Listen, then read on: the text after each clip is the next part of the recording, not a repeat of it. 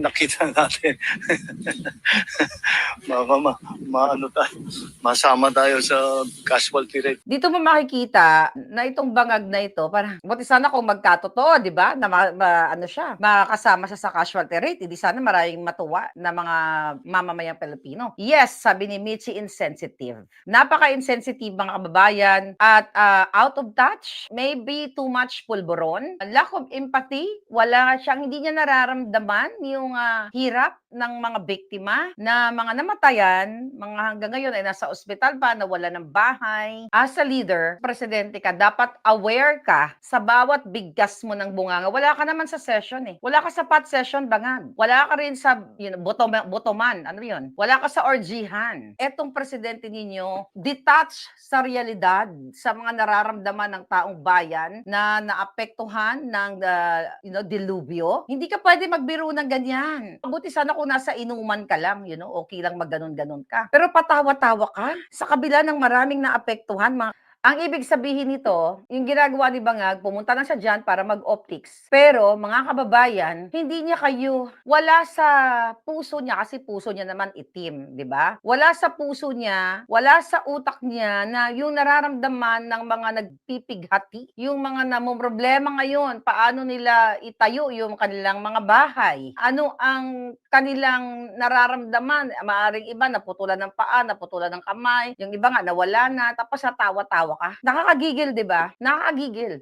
Kasi hindi ganyan, presidente, hindi naman doon joke-joke lang. Buhay po, delubyo ang naranasan ng ating mga kababayan. Although, syempre, ang press release magtulong-tulong. Alam naman natin, ang mga tulong, the more na may sakuna sa bayan natin, alam nyo, pag may sakuna, maraming gumagamit sa mga sakuna para magkapera. Lalo na ang gobyerno ng Bangag. Ang sabi, mamimigay na ng 50,000 pesos. I hope, ibigay nila yung 50,000 pesos na yan na hindi nila hahaluan ng peking pera na pinagawa ni Matibag sa Recto. Imagine mo, 100 million lang ang binigay niya. 100 million pesos. Yung sinabi niya na ibibigay doon sa delubyo na nangyari sa Gensan. Pero kay Lenny, 500 million. Nakita nyo? Nakita nyo yung pagkakaiba? Wala namang casualties doon. Wala namang namatay. Wala namang bumabagsak na mga bahay. Dahil lang kailangan i-improve ang naga. Chuchuchuchu. Para what? Gagamitin sa eleksyon? Sabi ko, na-detach sa realidad ng mundo. Kasi hindi naman niya naranasan na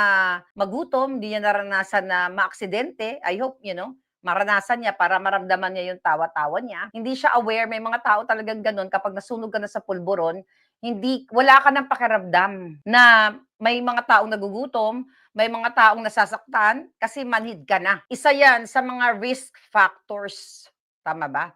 Or predisposing factors, yung pagdodroga ng tao na sobrang, sobrang turete yung utak, kaya hindi nila doon, kaya di ba may gumugurgur ng buhay? Di ba may mga gumugurgur na basta-basta na lang dahil sabog sila. But hindi naman ibig sabihin na lahat ng addictus walang empathy. Ito lang yung nakikita natin na addictus talaga, na patawa-tawa.